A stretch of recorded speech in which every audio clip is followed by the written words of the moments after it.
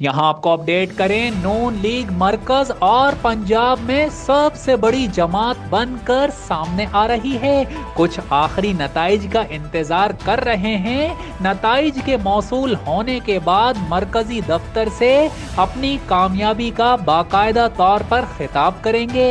ऐसा कहना है मरियम नवाज का। मुस्लिम लीग नून की चीफ ऑर्गेनाइजर मरियम नवाज ने दावा किया है कि नून लीग मरकज और पंजाब में सबसे बड़ी सियासी जमात बनकर सामने आ रही है। सोशल मीडिया पर जारी बयान में मरियम नवाज ने लिखा कि गुज़िश्ता रात कुछ मीडिया इदारों की जानिब से गलत खबरें फैलाए जाने के बावजूद भी मुस्लिम लीग नून कौमी और सूबाई में सबसे बड़ी सियासी जमात बनकर सामने आई है, जिस पर मैं अल्लाह का शुक्र अदा करती हूँ। मरियम नवाज ने मजीद कहा कि हम कुछ आखिरी नताइज का इंतजार कर रहे हैं। इंशाअल्लाह नताइज के मौसूल होने के बाद मुस्लिम लीग नून के मरकजी दफ्तर से अपनी कामयाबी पर खिताब करेंगे।